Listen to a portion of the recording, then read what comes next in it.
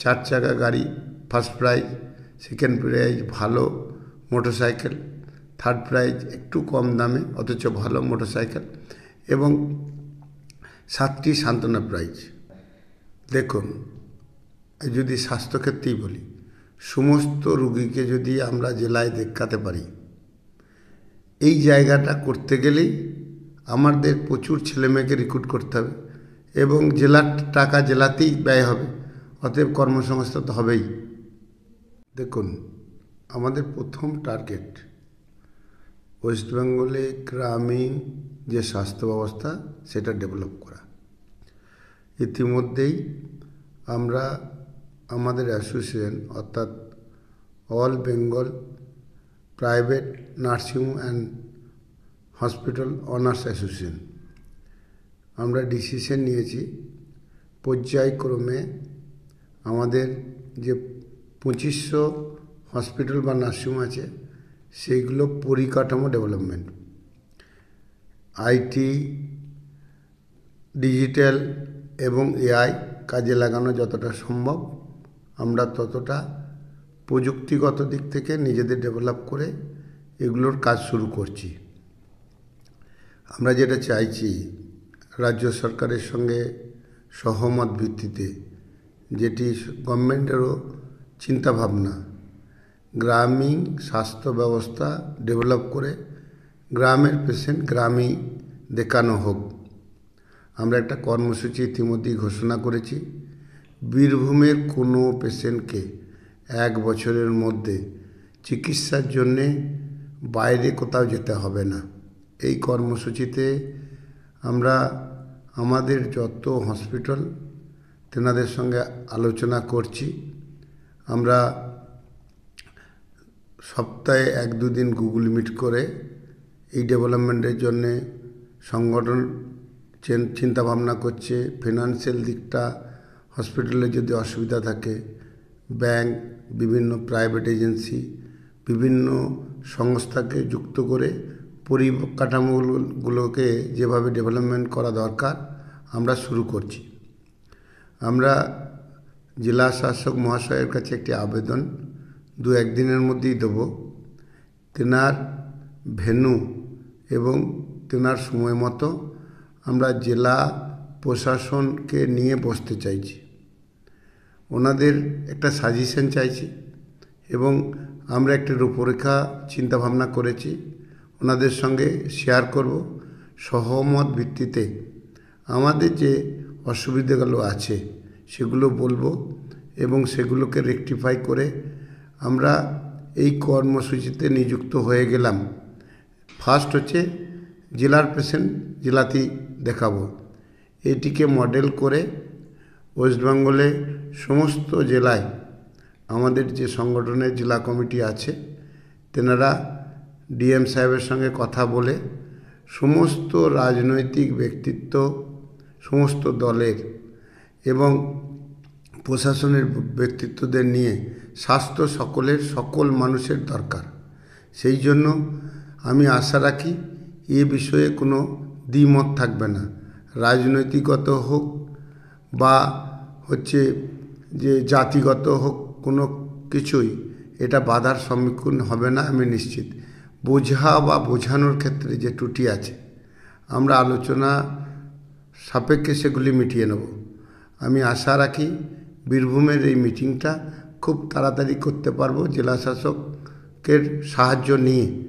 এ ব্যাপারে অ্যাসোসিয়েশনগতভাবে একটি প্রস্তাব আমরা 2-1 দিনের মধ্যেই জেলা প্রশাসনকে দেব। তাছাড়াও রাজ্যের বিভিন্ন আধিকারিকের সাথে যোগাযোগ করে জেলা যাতে এই সহযোগিতা করে তার জন্য আমরা বলবো। এটা তো রাজ্য সরকারের ঘোষিত নীতি যে জেলা হাসপাতালগুলিতে বা বেসরকারি যে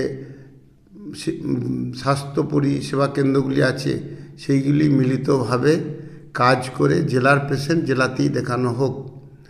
এই জায়গাটা ইমপ্লিমেন্টের ক্ষেত্রে আমাদের একটা অগ্রণী ভূমিকা গ্রহণ করা আবশ্যক বলে আমি মনে করেছি।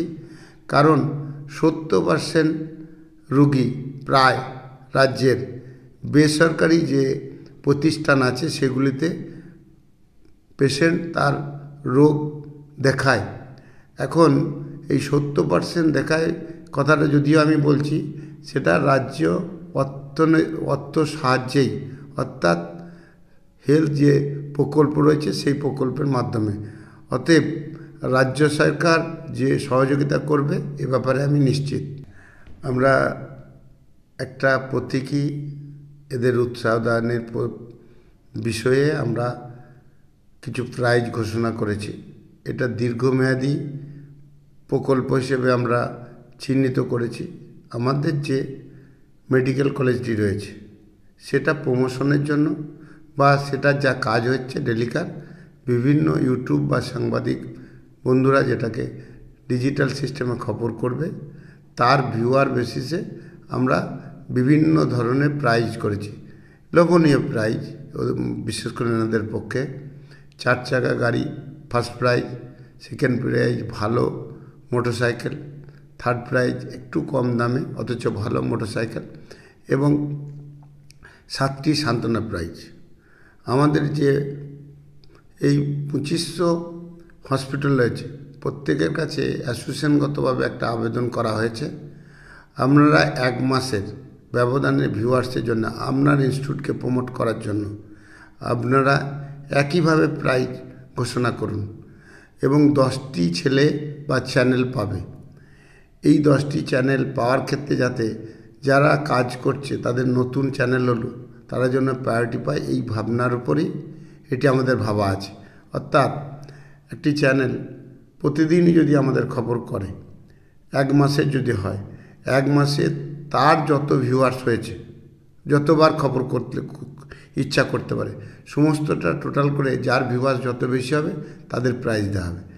এটা প্রাইজটা কী দেওয়া হবে সেটাও কিন্তু পরিকাঠামোগত ওনাদের উপকারের জন্যে, ল্যাপটপ, মোবাইল এবং বিভিন্ন ধরনের ডিজিটাল সিস্টেমের যে সমস্ত, যেনারা খুব কম দিতে পারবেন সান্ত্বনা প্রাইজ, তেনারা পেন ড্রাইভ দেবেন। এইভাবে এনকারেজ করা এবং পজিটিভ খবর দেখানোর একটা মানসিকতা তৈরি করা, প্রমোশন করে পয়সা রোজগার করতে পারা যায় তার একটা নজির সৃষ্টি করা, সর্বোপরি এই খবরগুলিকে নিয়ে পজিটিভ বার্তা প্ল্যাটফর্মের মাধ্যমে কেবল নেটওয়ার্ক দিয়ে টিভি চ্যানেলে এইগুলিকে দেখানো হবে।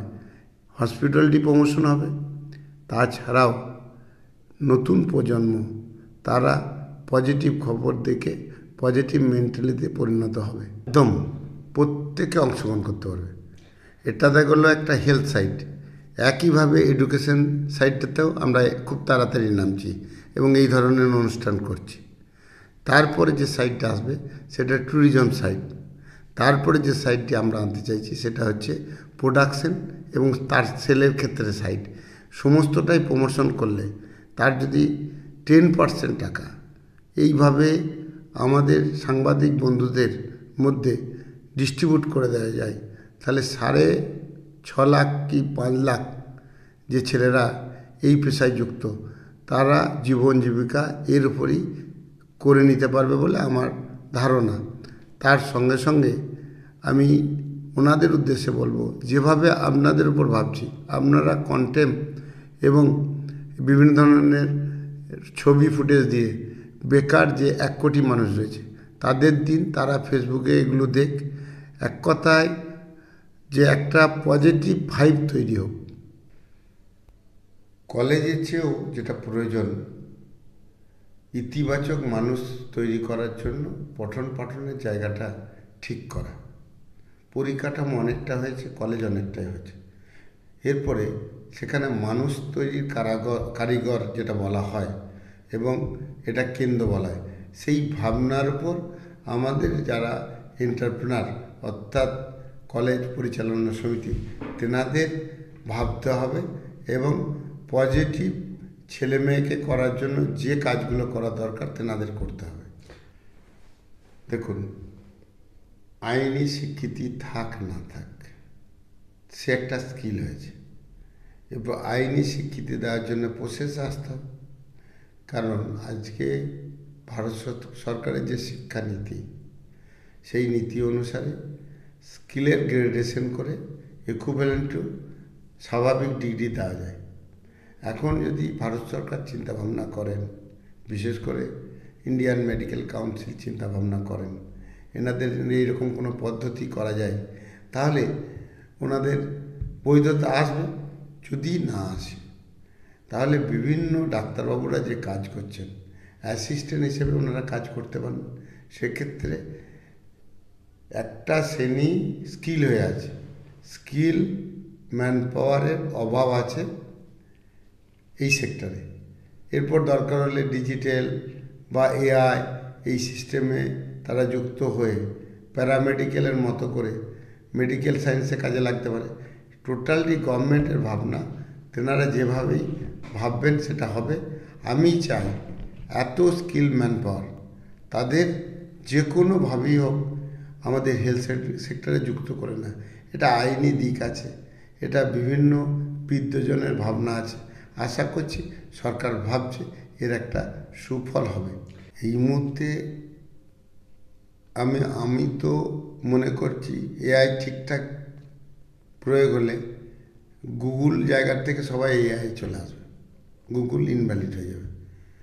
গুগল আমাদের কতটা প্রয়োজন লাগে আপনি বলছেন, তার 1000 গুণ বেশি কাজে লাগবে এআই। এরপর অনেক সময় এটা নিয়ে বিভিন্ন রকম কথা আসছে, কিন্তু আজকে ধরুন চীন এআইকে বেস করে 300টি রোবট নিয়ে একটি হসপিটাল ফুল পরিচালনা করছে, যেখানে একটা মানুষ নাই। এবং পৃথিবীর সমস্ত সংস্থাই বলছে যে এখানে নিখুঁতভাবে ট্রিটমেন্ট হচ্ছে। কম্পিউটার আসার আগে এখানে কম্পিউটার নিয়ে একটা অনেক কথা ছিল, আজ তো দেখছেন কম্পিউটার ছাড়া চলছে না। আজ কথা আসছে, আমার ধারণা প্রমাণ হয়ে যাবে হেলথ সেক্টর এআই দ্বারা সবটা হতে যাবে। আজকে দেখুন না, আপনি তো ফেসবুক চালান, এআই কী করে ধরে নিয়েছে, এত ফেসবুক ডাটাবেস তার কাছে চলে যাচ্ছে। এই সম্বন্ধে আমাদের নলেজ কম, আর নলেজ কম থাকার জন্য আমরা মন্তব্য করলে সেটা ভুলে যাই। আমি রিকোয়েস্ট করব এই সম্বন্ধে আমরা একটু জেনে মন্তব্য করি। নার্সিংহোম বা হসপিটালগুলিকে বেসরকারি একটা ছাতার তলায় আনতে সক্ষম হয়েছে। আমি খুব আনন্দিত। এর ফলে কি হবে যে আমাদের ওয়েস্ট বেঙ্গলে আমি নিশ্চিত 2 বছরের মধ্যে প্রায় অধিকাংশ মানুষই আমাদের এই বেঙ্গলেই ট্রিটমেন্ট করতে পারব।